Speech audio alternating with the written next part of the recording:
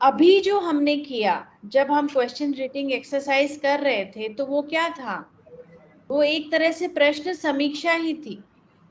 कि प्रश्न समीक्षा क्या होती है, जब हम किसी और के प्रश्न को पूरी तरह से रिव्यू करते हैं कि भाई वो आयु के अनुसार सही है या नहीं, उसका टॉपिक सही है या नहीं, जिस कौशल को जांचा जा रहा है वो ठीक है या नहीं, सही एक ही उत्तर है या नहीं उसमें, और जो भी हमने पूरी अभी एक जो सूची बनाई कि अच्छे प्रश्न क्या होते हैं, वो सारी सूची आपको प्रश्न समीक्षा के समय उपयोग करनी है।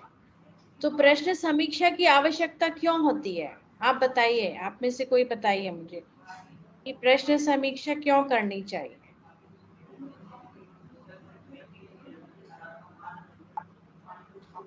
महेंद्र सर बताइए, प्रश्न समीक्षा क्यों करनी चाहिए।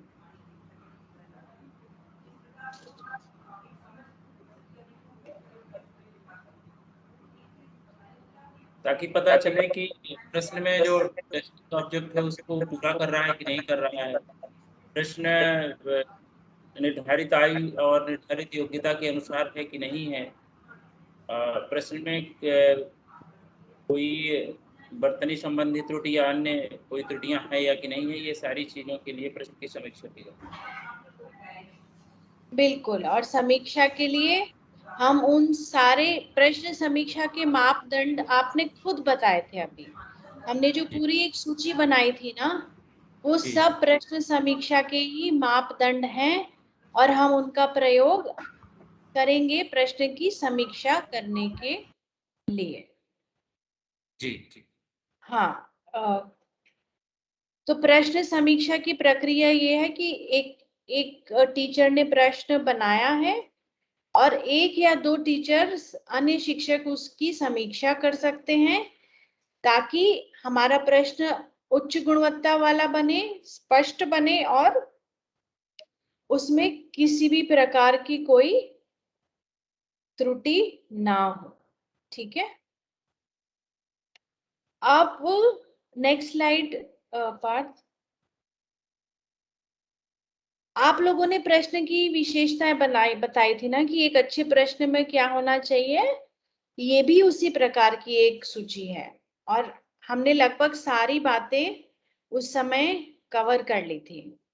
प्रश्न समझने योग्य, कौशल या अवधारणा की जांच करे ऐसा होना चाहिए, दिलचस्प, प्रेरित करने वाला, आयु उपयुक्त, जो अपेक्षित है उसी की जांच करे, सरल सीधी भाषा का प्रयोग, स्पष्ट हो, गलतियां ना हो, बहुविकल्पीय प्रश्नों में केवल एक ही सही उत्तर हो। देखिए आपने सारे ये पॉइंट्स बताए थे, कितनी मतलब बहुत अच्छा लग रहा है मुझे कि हमने ये सारी बातें अच्छे से समझ ली हैं।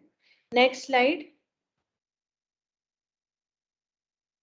किसी भी प्रकार के पूर्वाग्रह से मुक्त होना चाहिए।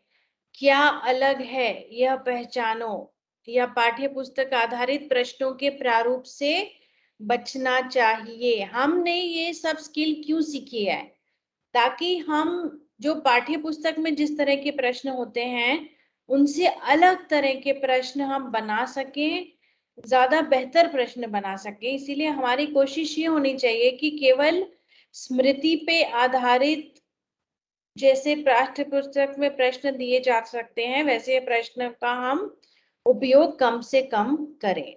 ठीक है, ये एक पॉइंट है। प्रश्न के प्रारूप में वाक्य की स्थिति, विराम चिन्ह, विकल्पों को सही तरीके से लगाना, ये सारी बातें हमने कर ली। चित्र सहित प्रश्न में विभिन्न हिस्सों में उचित अंतराल होना चाहिए। जो हमने डिस्कस किया था कि जो स्टिम्युलस होता है, जो पंक्ति है वो पहले आएगी, प्रश्न उसके बाद आएगा, और विकल्प उसके बाद आएंगे।